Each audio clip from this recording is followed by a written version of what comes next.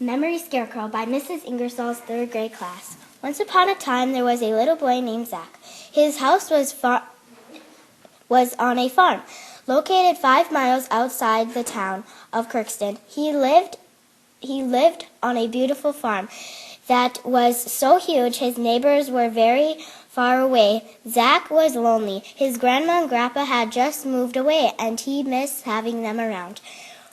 One day, Zach's dad told him he didn't have to be so lonely. He needed to find a way to remind himself of all the good times he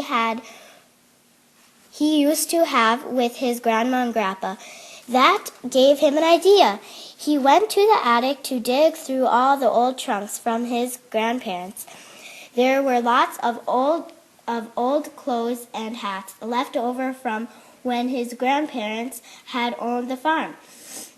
He found a plaid shirt that his grandpa used to wear. It made him think of the time he went to the pumpkin patch with him to find a perfect pumpkin for a jack-o'-lantern. He also found a big straw hat that his grandma used to wear when she worked in the garden. He remembered how pretty her flowers were. Zach gathered all of the things and brought them outside. He had decided to make a scarecrow to honor his grandma and grandpa and remember all of the good times they had.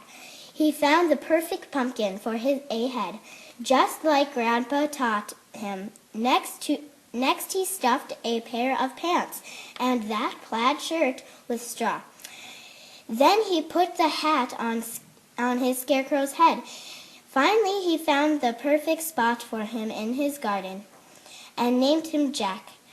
Now every time he looks at the scarecrow, he remembers all of the good times he had with his grandma and grandpa, and he can't wait to send them a picture of his new buddy Jack.